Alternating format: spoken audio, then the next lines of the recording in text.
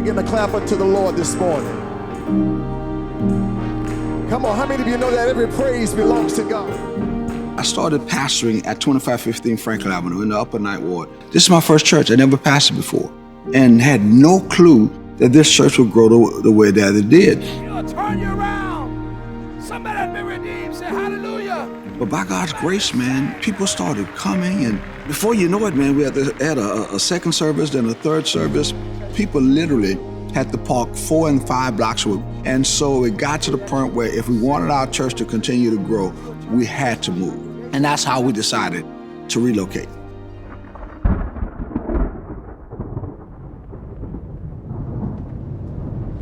But then a woman named Katrina came to New Orleans and just wiped everything out. Our members were scattered all across the country. We didn't know who was living, our cell phones were not working.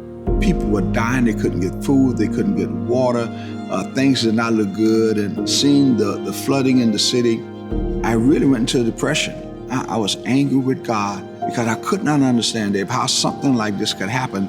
And I looked up to heaven one night in Birmingham and said, God, why don't you do something? This is crazy. This does not make any sense. My faith was literally shaking.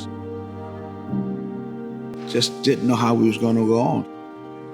There was a hesitancy there, will we ever get back?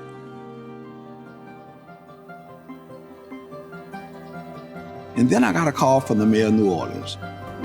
And he said that, Pastor Luda, we need you to come back to New Orleans. We need to rebuild this city.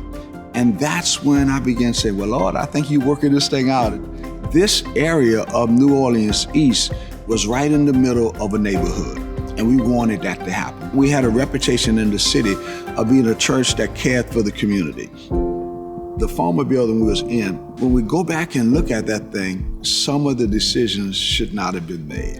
And so say, this time, learn from your mistakes. Stick with a company that's used to building churches.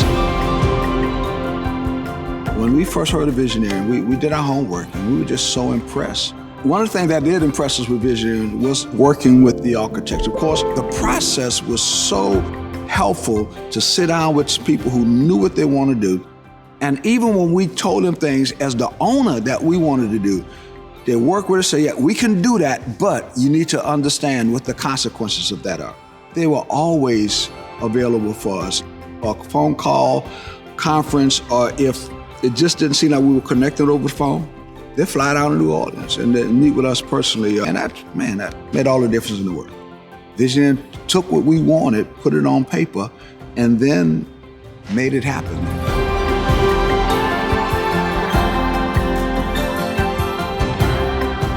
Now God has blessed us with the church of our dreams. We can now accommodate and do some things in this building that we couldn't do in the other buildings. So we're where God wanted us to be.